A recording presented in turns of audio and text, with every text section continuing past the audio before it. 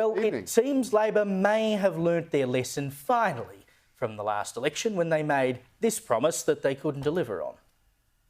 Reducing power prices by $275. Reducing power prices by $275. By 2025, $275 a year. $275 a year. We'll get power prices down by $275 a year. $275 for the average house, lower in 2025 than today. I'm going to keep playing it until you can't take it no more. A bit like that. Remember that ad in the last campaign? There's a hole in your bucket, dear Labor, dear Labor. Everyone wanted it gone by the end. I hope you feel that way about that clip by the time we actually get to the election.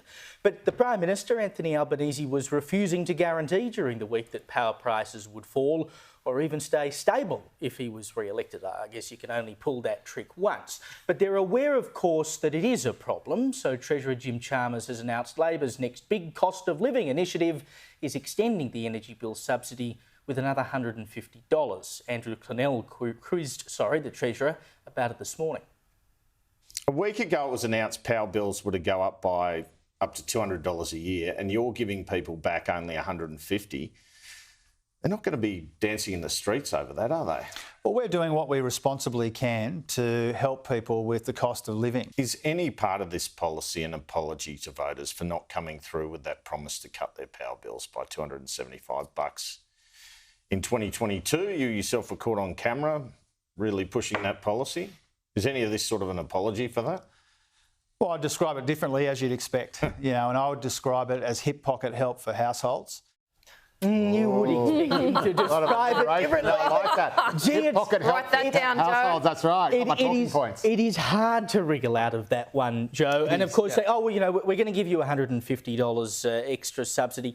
It doesn't change the substance of the problem. That is, the government is saying, we're making your power bill cheaper, but they're not actually. They're taking the money you've already given them in tax and then handing it back to you in the form of a subsidy, which doesn't change the price of energy. It just changes the dollar sign that turns up on the bill when it arrives in the mail. That is true. But having said that, it's better than nothing. And again, what's the alternative? Doing nothing? Well, the alternative is actually being power prices down like they promised. That's right, but you can't, unfortunately, until someone invents a time machine, we're not going to be able to go and do that and pre-build all the infrastructure we needed to build so that, the renewables will be up and running by now and the price will be coming down. So there are three reasons that the regulator gave for prices going up. One is coal-fired power stations going on the blink because they're being run down and not being kept up. Because they're about to wanted. Yes. Well, they're about to run to the end of their life, and private companies simply do not want to build more of them.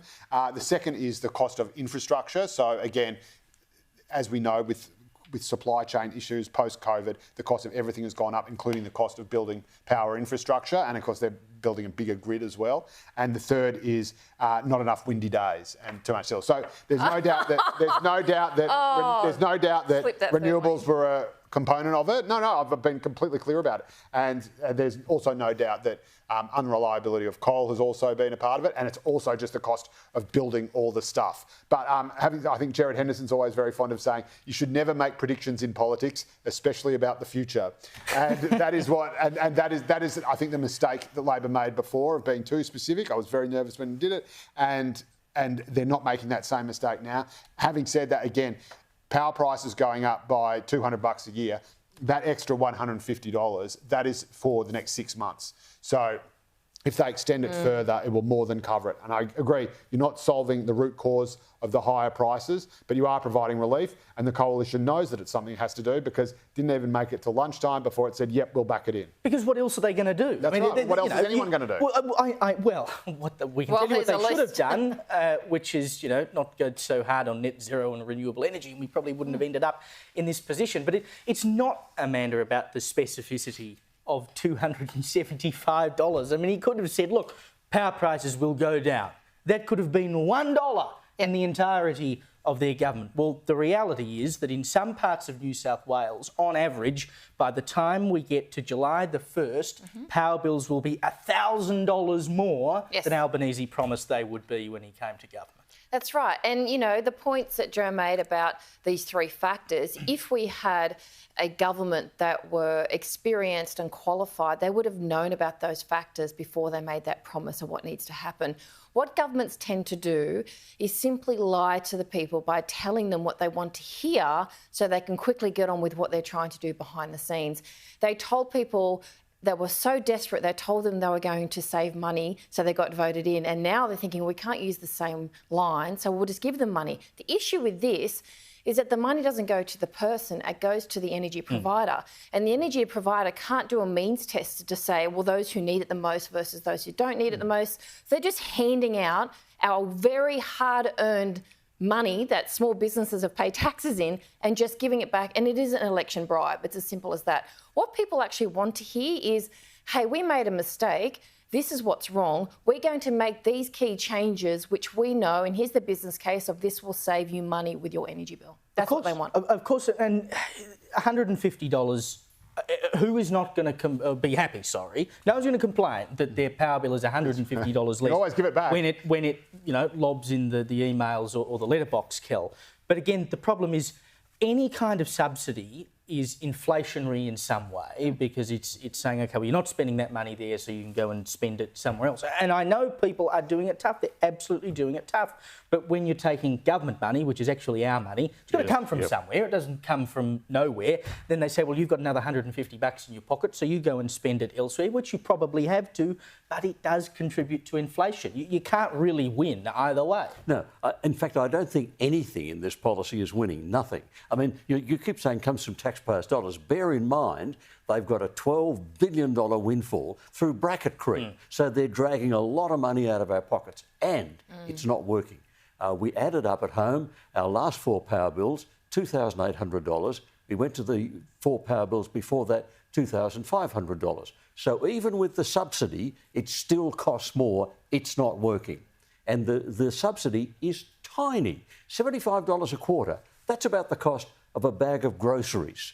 And what does the average family cover buy? it these days. 3-4 bags of 200. groceries every week. If the government pays for one of them once a quarter, that's nothing. This is an attempt to try to fool people into thinking we're doing something for you, when in fact they're doing next to nothing. That's what's really going on. The thing is, I think this is an issue, obviously it affects everyone, Evelyn, and I think it does hit home, but somehow I suspect it's not actually going to change too many votes when it comes to election time, because I don't know that anyone's got any confidence that anyone can change the situation.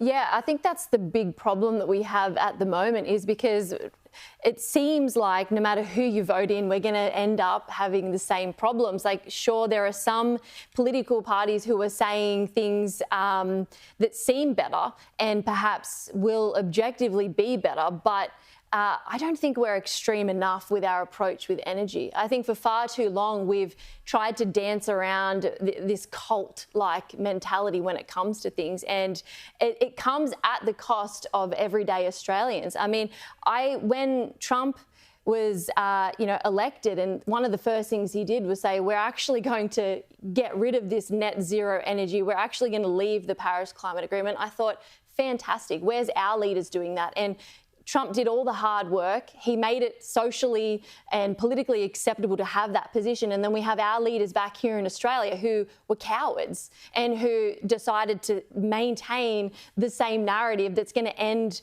all of us equally, poor and without heating and without air conditioning. I just would really love for a politician to scrap these fantasies, these delusional fantasies that no one will ever achieve, and actually just do something that makes our lives easier. I mean, stop spending our money and essentially throwing it down the toilet. It's wasted money, and it it's actually makes the outrageous. Point. Evelyn's making the point that when Joe says there were 3 things that caused this, there weren't.